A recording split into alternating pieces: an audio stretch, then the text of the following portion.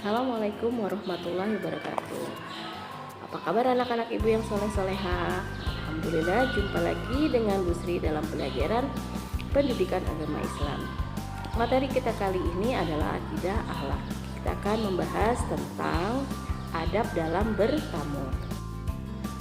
Bertamu artinya mengunjungi atau berkunjung ke rumah saudara, sahabat, ataupun kenalan kita. Nah, dalam bertamu kita harus memperhatikan adab-adab ketika kita bertamu. Kenapa harus diperhatikan? Agar orang yang kita datangi atau orang yang kita kunjungi tidak merasa keberatan ketika kita datang berkunjung. Nah, adapun adab-adab dalam bertamu adalah pertama, niat baik. Ketika kita berkunjung ke rumah teman, saudara, kita niatkan ingin bersilaturahmi atau menjalin tali silaturahim. Yang kedua, memilih waktu dalam bertamu. Nah, dalam Islam ada yang namanya 3 waktu aurat. Apa sih 3 waktu aurat? Yang pertama, waktu sebelum subuh. Kedua, waktu sesudah zuhur. Dan ketiga, waktu sesudah isya. Nah, ketiga waktu ini disebut waktu aurat, di mana 3 waktu tersebut kita dilarang untuk bertamu. Kenapa? Karena 3 waktu tersebut adalah di mana orang atau saudara kita itu sedang beristirahat, sedang berkumpul dengan keluarganya, yang pasti sedang tidak ingin menerima tamu. Yang berikutnya adalah meminta izin atau membuat janji kepada orang yang akan kita datangi. Ya, sebelum kita bertamu ke rumah orang tersebut, terlebih dahulu kita membuat janji atau meminta izin kepada orang tersebut bahwa kita akan datang ke rumah mereka. Ya, tidak baik kita tiba-tiba datang ke rumah mereka. Siapa tahu mereka sedang pengen istirahat, sedang tidak ingin dikunjungi oleh siapapun, ya. Nah, jadi dalam adab bertamu kita harus memberitahu terlebih dahulu akan kedatangan kita. Agar apa? Agar mereka merasa siap. Mungkin yang tadinya rumahnya kurang rapi, kurang bersih, karena akan kedatangan tamu, mereka akan bersiap-siap terlebih dahulu.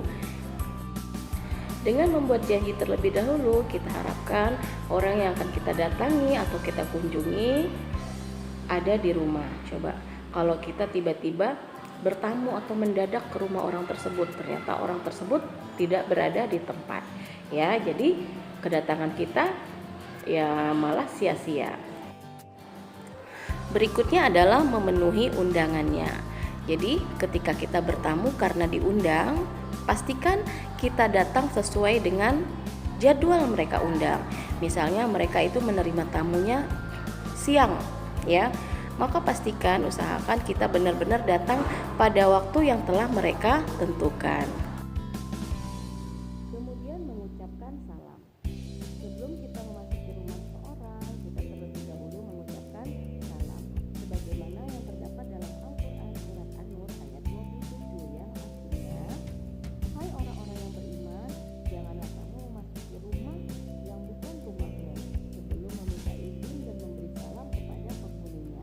Yang demikian itu lebih baik, ya. Jadi memberi salam itu sudah menjadi kebiasaan kita, tidak hanya berkunjung, tapi ketika kita pulang ke rumah juga memberi salam dan sebagainya. Nah, dalam memberikan salam, ya, kita menunggu dari si pemilik rumah. Kalau tidak terdengar jawaban dari dalam rumah, kita tunggu. Kemudian kita ucapkan salam kembali. Kemudian kita tunggu lagi sampai kita mengucapkan salam untuk yang ketiga kalinya, dan ternyata salam kita belum dijawab. Artinya kemungkinan si pemilik rumah sedang tidak menerima tamu, atau si pemilik rumah sedang tidak ada di tempat. Dan kita tidak boleh memaksakan diri, misalnya ketika salam kita tidak dijawab kemudian kita ngintip-ngintip. Nah, itu tidak diperbolehkan. Nah, kemudian setelah terdengar ucapan salam dari si pemilik rumah dan si pemilik rumah itu ada di tempat, kemudian kita meminta izin, ya, bolehkah kita masuk karena ada suatu keperluan. Nah, ketika si pemilik rumah masih berada di dalam, mungkin dia akan mempersiapkan diri dulu, mempersiapkan dengan pakaian yang rapi atau merapikan keadaan kondisi rumahnya. Posisi kita membelakangi pintu rumah si pemilik rumah, ya. Jadi ketika kita menunggu, punggung kita membelakangi pintu mereka, ya. Kita tidak boleh pas ketika menunggu kita melihat ke dalam atau mengintip-ngintip dan sebagainya. Berikutnya adalah bertamu tidak lebih dari 3 hari. Berdasarkan hadis Nabi Muhammad SAW yang artinya, barang siapa yang beriman kepada Allah dan hari akhir, hendaklah ia memuliakan tamunya. Ya, kewajiban menerima tamu selama 3 hari. Apabila lebih dari 3 hari, maka itu adalah termasuk sedekah. Nah, misalkan kita ke rumah saudara, ya. Kalau memang itu saudara dekat, ya mungkin bisa lebih dari 3 hari. Yang berikutnya adalah tidak memandang ke seluruh ruangan dengan penuh kecurigaan atau penuh rasa ingin tahu. Misalnya ketika kita bertamu ke rumah teman atau saudara, kita melihat ada sesuatu di ruangan tersebut yang tidak biasa kita lihat atau yang tidak ada di rumah kita. Misalnya ada buku, ada foto atau yang lainnya. Kita rasa ingin tahunya muncul, ya.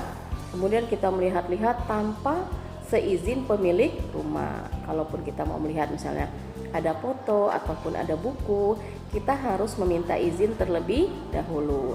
Apalagi misalnya tiba-tiba kita rasa ingin tahu, kamarmu seperti apa. Nah, ada tamu yang seperti itu, ya. Karena kita merasa sudah akrab, sudah dekat dengan teman tersebut, jadi kita pengen tahu. Nah, sedangkan itu dilarang. Alhamdulillah anak-anak ibu yang soleh-soleha, materi akidah akhlak yaitu adab dalam bertamu ibu cukupkan sampai di sini. Nanti kalian bisa baca kembali di buku atau modul PAI yang sudah kalian terima.